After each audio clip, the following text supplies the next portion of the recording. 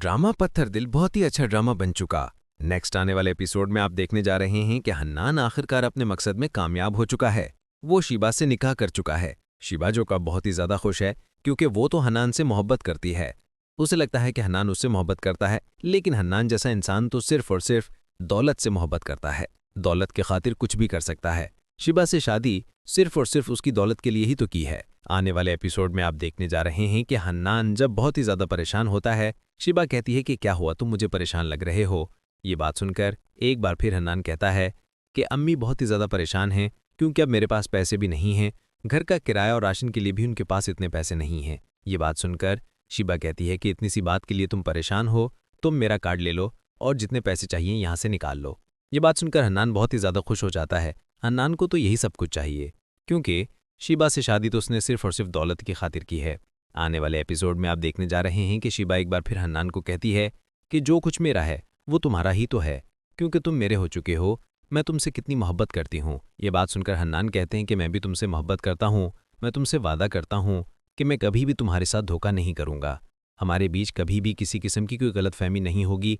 माजी में जो कुछ भी हुआ बहुत गलत हुआ, लेकिन मैं अब तुमसे वादा करता हूँ कि अब मैं कभी भी तुम्हारे साथ कुछ गलत होने नहीं दूंगा। दूसरी तरफ अब आप ये भी देखने जा रहे हैं कि वलीद एक बार फिर मनाहिल के पास आता है और मनाहिल को कहता है कि तुम अपनी ज़िंदगी को क्यों बर्बाद कर रही हो, तुम्हें ऐसा नहीं करना चाहिए। किसी से भी शादी करके इस तरह तुम अपनी ज़िंदगी को बर्बाद करके क्या साबित करना चाहती हो। ये बात सुनकर मनाहिल कहती है कि आप मेरा पीछा छोड़ क्यों नहीं देते, मैं बता चुकी हूँ ना कि मैं आपसे किसी किस्म का कोई ताल्लुक नहीं रखना चाहती। वलीद कहता है कि मुझ में किस बात की कमी है, तुम मुझे किस बात की सज़ा दे रही हो, मैंने तुमसे मोहब्बत की है, क्या इस बात की सज़ा दे रही हो। ये बात सुनकर एक बार फिर मनाहिल कहती है कि जो भी है इस बारे में मैं किसी किस्म की कोई बात नहीं करना चाहती। आने वाले एपिसोड में आप देखने जा रहे हैं कि मनाहिल वलीद को कहती है कि मैं आइंदा कभी भी नहीं मिलूंगी।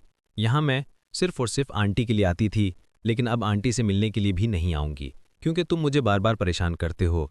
वलीद कहते हैं कि ऐसी बात नहीं मनाहिल, तुम ऐसा क्यों सोच रही हो, मैं तुम्हारा भला चाहता हूँ, मुझे भले की ज़रूरत नहीं है।